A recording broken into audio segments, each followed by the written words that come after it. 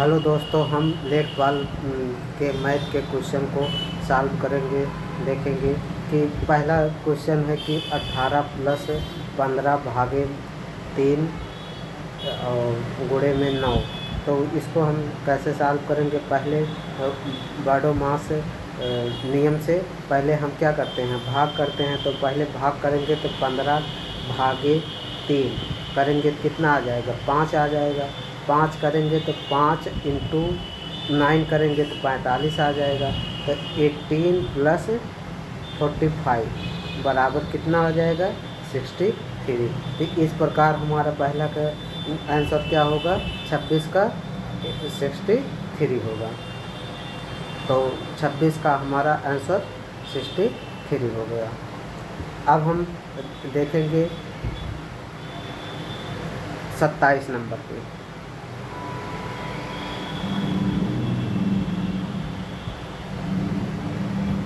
सत्ताईस नंबर पे जाएंगे तो 27 नंबर क्या क्या कह रहा है कि 15 संख्याओं का माध्य है। 15 संख्याओं का माध्य है 30 है और प्रत्येक में 3 जोड़ दिया जाए तो नया माध्य क्या हो जाएगा? तो इसका डायरेक्ट आंसर हो जाता है 30 में 3 जुड़ जाएगा बराबर क्या हो जाएगा? 33 हो जाएगा। कैसे होगा? जैसे हर संख्या में अब 15 संख्याओं का योग कितना हो जाएगा? 15 इंटू 30 बराबर कितना हो जाएगा? 450। अब इसमें 3 संख्या सब जोड़ेंगे तो 15 बार जोड़ेंगे, तो 15 बार जोड़ेंगे तो कितना जोड़ेंगे? 45 जोड़ेंगे। अब 450 में 45 जोड़ देंगे तो कितना आ जाएगा? 450 में हम 45 जोड़ेंगे तो आ जाएगा हमारा 495। 495 आ जाएगा। 495 को हम फिर किससे डिवाइड करेंगे? 15 से डिवाइड करेंगे तो हमारा कितना आ जाएगा? 33 आ जाएगा। इस प्रकार हमारा 33 आंसर हो गया।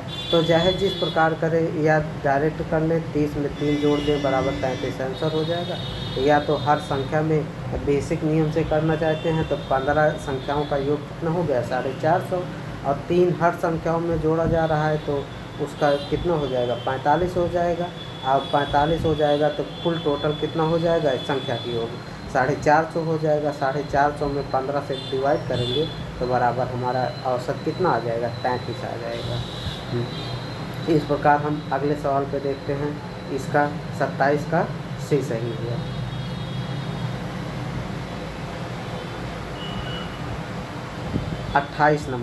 अट्ठाईस नंबर में कह रहा है कि बहुलक ज्ञात कीजिए।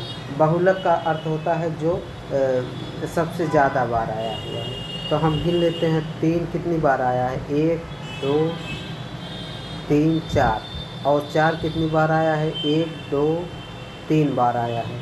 और 7 कितनी बार आया है? 2 बार आया है। तो सबसे ज़्यादा कौन सा आया है? तो 3 आया है। तो हम क्या कर देंगे?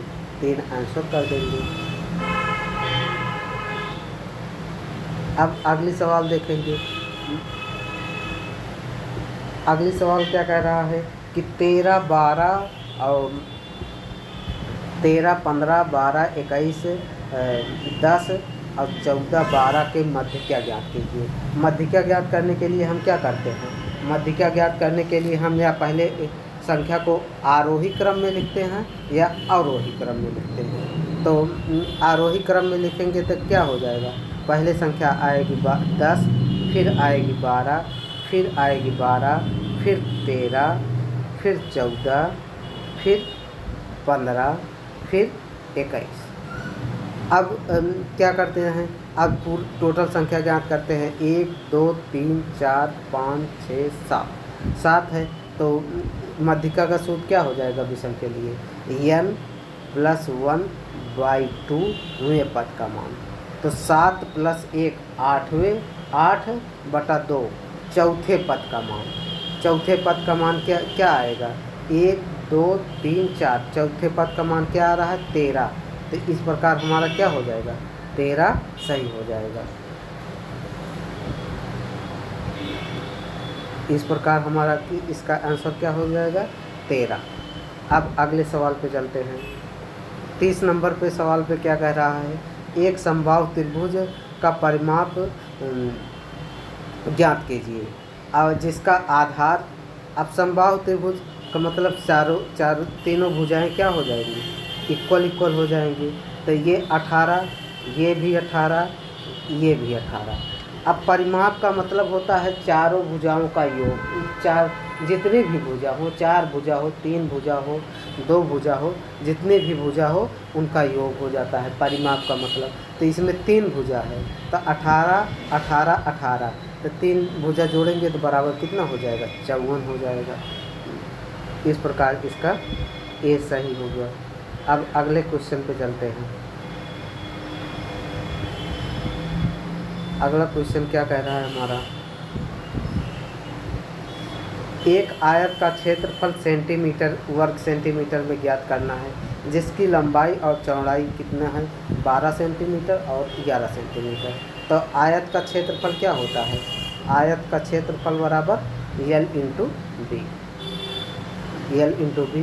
तो L कितना है 12 और बी कितना है 11, तो 12 गुणे 11 बराबर कितना हो जाएगा 132, तो 132 हो जाएगा। इस प्रकार इसका कौन सा विकल्प सही होगा, सी सही होगा। तो 31 का कौन सा विकल्प सही होगा, सी, बी 132। अब नेक्स्ट सवाल पे चलते हैं। संचयी बारंबारता दिया गया है और इसकी मदद से हमको क्या निकालना है, बारंबारता ज्ञात करना है। किसकी बारंबारता, अधिकतम पूछा, ठीक, अधिकतम पूछा है। तो हम संचयी बारंबारता से जानते हैं, संचयी बारंबारता दो पिछले का योग करते हुए लिखा जाता है। तो फिर इसमें का अंतर कितना हो गया, 5 का अंतर हो गया। इसमें का अंतर कितना हो गया, 7 का अंतर हो गया। और इसमें का अंतर कितना हो गया, 15 और 25 का अंतर कितना हो गया, 10 हो गया। और 25 और 33 का अंतर कितना हो गया, 8 हो गया। तो इस प्रकार सबसे बड़ा अंतर किसका आ रहा है, 21 और 19 से 21 के बीच में बारंबारता वाले में। तो 19 से 21 वाले बारंबारता का क्या हो जाएगा, यही फ्रिक्वेंसी सबसे ज़्यादा होगी, बारंबारता सबसे ज़्यादा होगी। तो ये इसका आंसर सही हो जाएगा। फिर से देख लीजिए, इसका अंतर 5, इसका अंतर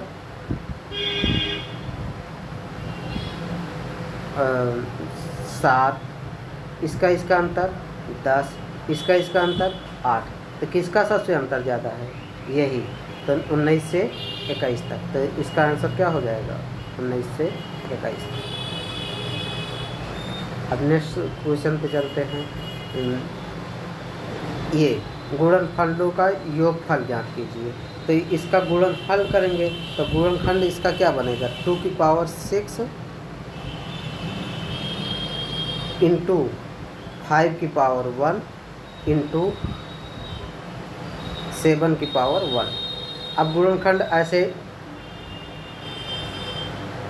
22 40 करके ऐसे निकाल लीजिए। पहले 2 से काटिए, ऐसे काटेंगे तो 2 की पावर 6, 5 की पावर 1, 7 की पावर 1 आएगा।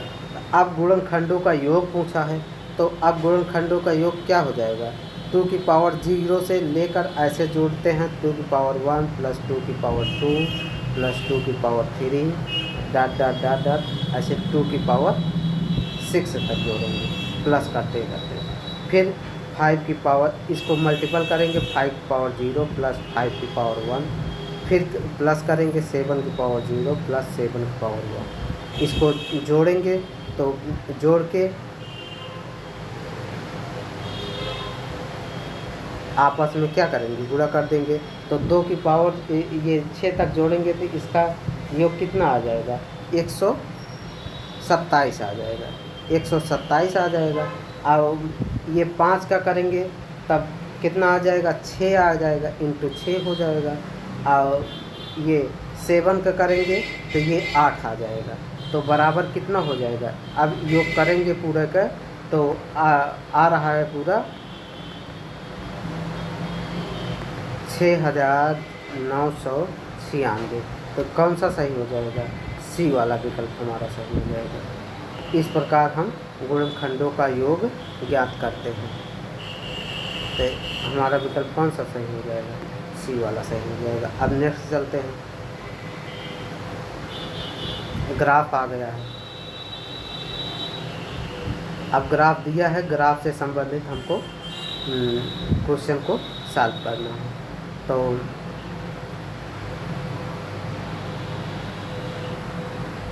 ग्राफ से संबंधित हमको क्वेश्चन सॉल्व करना है। तो कैसे करेंगे?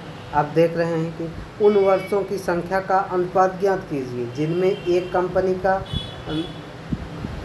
कंपनी की आय औसत आय से कम है, जिनकी एक कंपनी की आय औसत से कम है। हम इन सब का जो ग्राफ दिया गया है इनका हम औसत निकालेंगे। इनका क्या करेंगे? औसत निकालेंगे।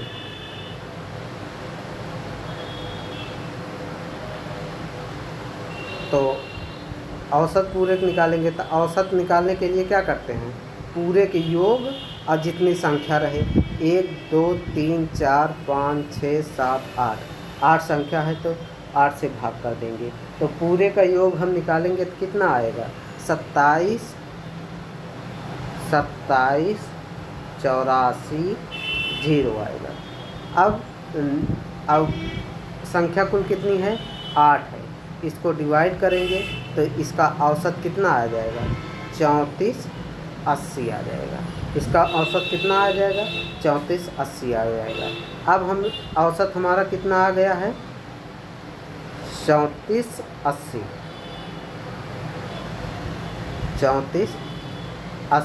औसत आ गया है। अब देखना है हमको सवाल क्या कह रहा है कि कितनी कंपनियों का आय औसत से कम है। औसत से कम है कितनी कंपनियों का आय? तो हम देखेंगे ये 26 40 है, ये कम है 34 से, और 25 20 कम है, ये 33 60 कम है, 31 20 कम है, और 34 ये नहीं ज़्यादा। ये तो कितने कम है? 1 2 3 4 5 कम है। तो 5 कम है तो हमारा कौन सा विकल्प सही होगा? 5 पहला का अनुपात आ रहा है तो ये सी वाला सही हो जाएगा। अब नेक्स्ट चलते हैं। 1997 और 1997-98 की कंपनी की आय और 1994-1995 से कितना गुना अधिक थी? तो 1997 का हम ले लेंगे आय। तो 1997 की आय क्या है? 1997 की आय है हमारा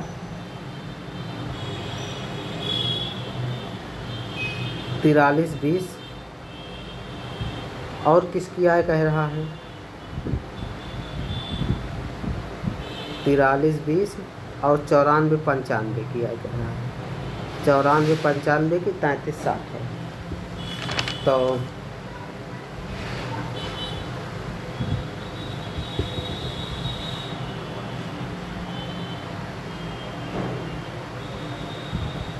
हाँ, तो देखेंगे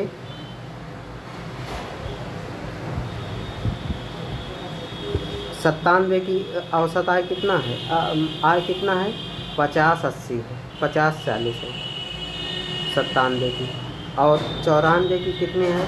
33-60 है, 33-60 है। अब इसको हम भाग देंगे तो कितना आ जाएगा? 1.5 आ जाएगा। तो इस प्रकार इसका क्या हो जाएगा? इतना सही हो जाएगा। अब अगला सवाल देखते हैं। 36 नंबर क्या कह रहा है? 1996 में कंपनी की आय समीक्षाधीन अवधि में औसत आय का लगभग कितना % था? 1996 में कितना है? 43-20 है, 43-20 है। प्रतिशत पूछ रहा है, किसका कह रहा है? औसत आय का। औसत आय हमारा कितना है? जिसका का लगा रहे, जहाँ का रहे वो नीचे रहेगा। तो का लगा रहेगा 34-80 तो यहाँ 3480 हो जाएगा, गुणे 100% निकालेंगे तो नियर अबाउट 124 आएगा, और 124 विकल्प में है नहीं तो हमारा विकल्प क्या हो जाएगा 125। तो इस प्रकार 136 का क्या हो जाएगा हमारा 125 वाला सही हो जाएगा। 37 पे देखते हैं 1997 में कंपनी की आय और 1993 में कितनी वृद्धि हुई। ठीक, तो कितनी वृद्धि हुई, तो 97 में देख रहे हैं कि 50-40 है, और 93 में देख रहे हैं 25-20 है। तो देख रहे हैं कि वैसे भी दोगुना हो रही है। जब 50% वृद्धि होती है तो आधा वृद्धि होती है, अगर 2 गुना वृद्धि हो रही है तो क्या हो जाएगा 100%। अगर 50% वृद्धि हो रही है तो आप क्या कहेंगे कि 1 बार की वृद्धि हो रही है, अगर 100% वृद्धि 2 गुना हो जा रहा है तो कितना वृद्धि हो जाएगा। वैसे भी निकाल लीजिए, इनका दोनों का अंतर निकालेंगे तो 25-20 हो जाएगा, और बटा किसका 1993 में कितना है 25-20 है, गुणे 100 करेंगे बराबर काट देंगे 1 हो जाएगा, 1 गुणे 100 करेंगे तो बराबर 100% आएगा। तो इस प्रकार इसका आंसर क्या हो जाएगा 100% आ जाएगा। अब 38 में क्या करेंगे 1994, 1995 से 1995-1996 तक कंपनी की आय में लगभग कितना % का गिरावट आया है। तो 1994 निकाल लेंगे, 1995 निकाल लेंगे और उसका अंतर निकाल लेंगे, बराबर प्रतिशत ज्ञात कर लेंगे। तो 1994 क्या है 33-60 है, और 1995-96 क्या है 31-20 है। दोनों का अंतर निकालेंगे बराबर कितना आ जाएगा 240 आ गया। अब गिरावट कितनी की हुई, गिरावट निकालेंगे हम से, जिससे का कह रहे से कह रहे वही नीचे रहेगा। तो 240 बटा कितना हो जाएगा से 94 वाला से, 94 वाला क्या है हमारा 33-60 है, 33-60 करेंगे बराबर 100 करेंगे। अब इसको सॉल्व करेंगे तो बराबर कितना आ जाएगा 7% आ जाएगा। तो कौन सा सही हो जाएगा 38 का हमारा ए सही हो जाएगा। 39 में क्या पूछा है बारंबारता का घनत्व ज्ञात कीजिए। बारंबारता का 21 से 25 के अंतराल कितने का है 5 का है, और ये बारंबारता कितनी है 20 है। तो 20 बटा 5 हो जाएगा बराबर कितना हो जाएगा 4 हो जाएगा। तो इस प्रकार इसका क्या हो जाएगा 4 आंसर हो जाएगा। 40 नंबर क्या कह रहा है कि हिस्टोग्राम आयत चित्र एक प्रकार का होता है। आयत चित्र क्या करते हैं अंकगणितीय रेखा ग्राफ, ठीक, ज्यामिति आरेख, आवृत आरेख, इनमें से कोई नहीं। तो इसमें कौन सा करेंगे आवृत आरेख। ग्राफ के द्वारा क्या करते हैं कि इतना रिपीट हुआ, इतना रिपीट हुआ। तो इसका क्या हो जाएगा 40 का सी सही हो जाएगा। अब हम 41 नंबर पे चलते हैं। 41 नंबर क्या कह रहा है, बड़ा आसान सवाल आ गया है। जैसे कह रहा है त्रिभुज का क्षेत्रफल समान आधार पर और समांतर रेखाओं के बीच में समांतर चतुर्भुज के क्षेत्रफल का होता है। हम पहले क्या बनाएंगे समांतर चतुर्भुज बना लेंगे, ठीक। अब कह रहा है त्रिभुज का क्षेत्रफल जो समान आधार पे हो, आधार यही होगा, इसी पर हम त्रिभुज बना लेंगे। जो क्या कह रहा है और समांतर रेखाओं के बीच में हो गए, तो समांतर चतुर्भुज के क्षेत्रफल का क्या हो जाएगा यही आधा होगा। इसका क्षेत्रफल निकालेंगे, ये परपेंडिकुलर लंब डालेंगे, ये 90 हो जाएगा।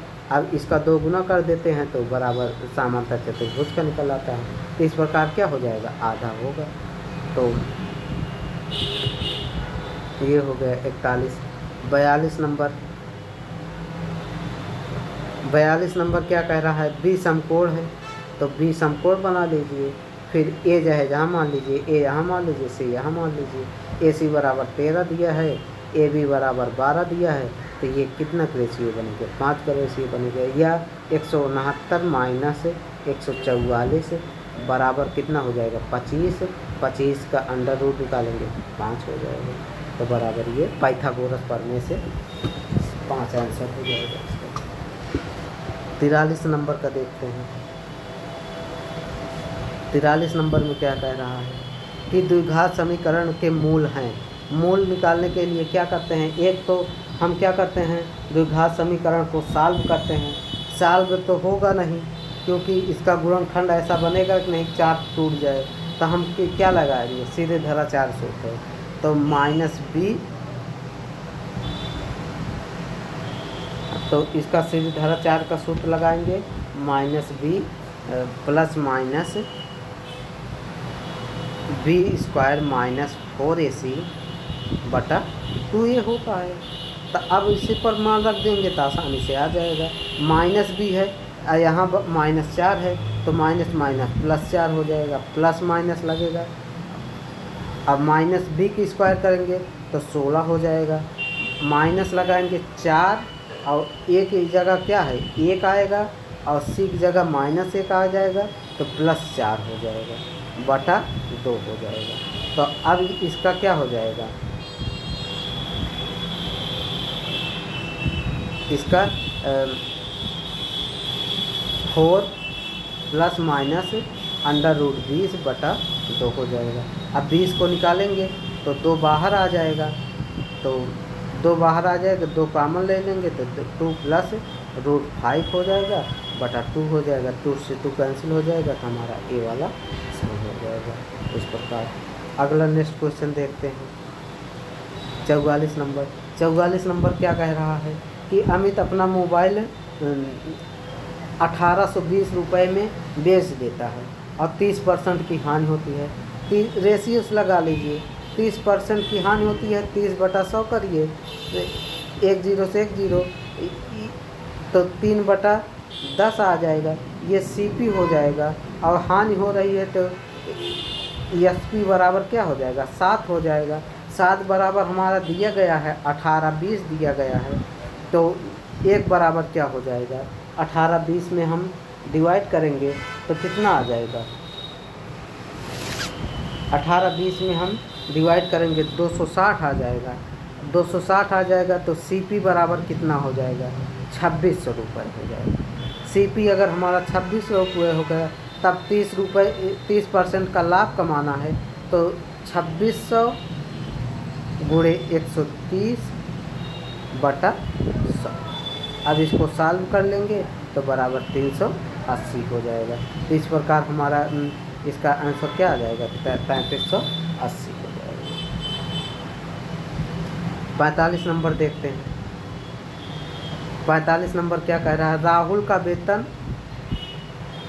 ये राहुल बना लीजिए, मोहन बना लीजिए। राहुल का वेतन मोहन के वेतन से 20% अधिक है, तो ये मोहन का 100 मानिए और राहुल के कितना हो जाएगा, 20% अधिक, मतलब 120 हो जाएगा। अब राहुल के वेतन में 30% की वृद्धि हो जाएगी, तो 30% की वृद्धि होगी तो 130/100 हो जाएगा, तो बराबर 156 हो जाएगा। और इसमें कितने की वृद्धि हो रही है, जबकि मोहन के में कितने की वृद्धि हो जाएगी, 40%। 40% की वृद्धि हो जाएगी तो 140 हो जाएगा। अब क्या कह रहा है कि वेतन वृद्धि के बाद राहुल का वेतन मोहन के वेतन से कितने प्रतिशत अधिक है। अधिक कितना हो रहा है, 140 और 156 को घटा लेंगे तो बराबर 16 अधिक हो रहा है। अब किसके वेतन से, मोहन के वेतन से। मोहन का वेतन कितना है, 140 बटा 140 कर देंगे, बराबर बटा इंटू 100 कर देंगे, इसको काटेंगे तो 80 बटा कितना आ जाएगा, 80 बटा हो जाएगा हमारा 7। 80/7 आ जाएगा, तो नियर अबाउट 11 के आंसर आ जाएगा। तो इसका क्या हो जाएगा, इसका विकल्प ए सही हो जाएगा, बराबर 11। अब नेक्स्ट सवाल देखते हैं 46 नंबर। 46 नंबर में क्या कह रहा है, लघुत्तम लासा निकालना है। तो लासा निकालने के लिए क्या करते हैं, ऊपर वाले का हम लासा निकाल लेते हैं, नीचे वाले का मासा निकाल लेते हैं। अगर यही मासा पूछता तो हम ऊपर वाले का मासा निकालते, नीचे वाले का लासा निकालते। तो ऊपर वाले का मासा निकालेंगे क्या हो जाएगा, 3 2 4 का मासा निकालेंगे तो क्या हो जाएगा, पहले 2 से काटेंगे तो 3 हो जाएगा, 1 हो जाएगा, 2 हो जाएगा, फिर 2 से काटेंगे, फिर 3 से काटेंगे तो 4 3 12 हो जाएगा। तो 12 मासा हो गया, अब लासा हो गया। अब मासा निकालेंगे तो कितना हो जाएगा, 8 6 7 का मासा कितना हो जाएगा, 1। तो लासा बटा मासा करेंगे तो 12 बटा 1 करेंगे तो आंसर क्या हो जाएगा हमारा, 12 हो जाएगा। 47 नंबर क्या कह रहा है, दो संख्याओं का एचसीएफ 11 है, एलसीएम अन्य दो संख्याएं, एलसीएम अन्य दो संख्याओं का 13 और 17 का गुणनखंड है। तो संख्याओं में छोटी संख्या ज्ञात कीजिए। छोटी संख्या हम वैसे भी देख लीजिए, छोटी संख्या कैसे निकलेगी, 11A। अब इसमें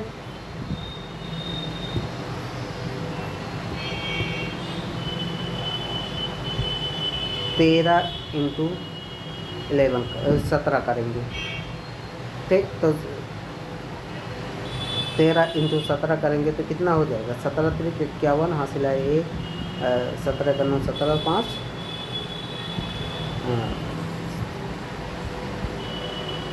22, 221 हो गया। अब इसमें देख रहे हैं कि मासा इसका क्या है, 11 है।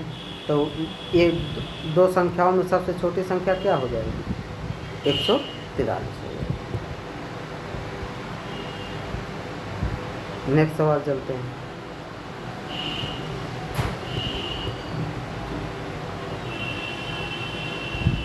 समांतर चतुर्भुज के विकर्ण क्रमशः 8 सेंटीमीटर और 6 सेंटीमीटर है। एक भुजा की माप 5 है, तो दूसरी भुजा की माप ज्ञात कीजिए।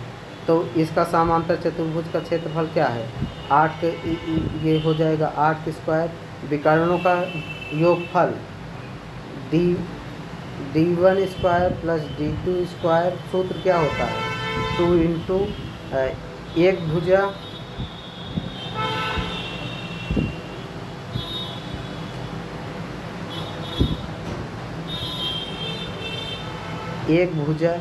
AB के स्क्वायर प्लस दूसरी भुजा BC की स्क्वायर, यही इसका सूत्र होता है।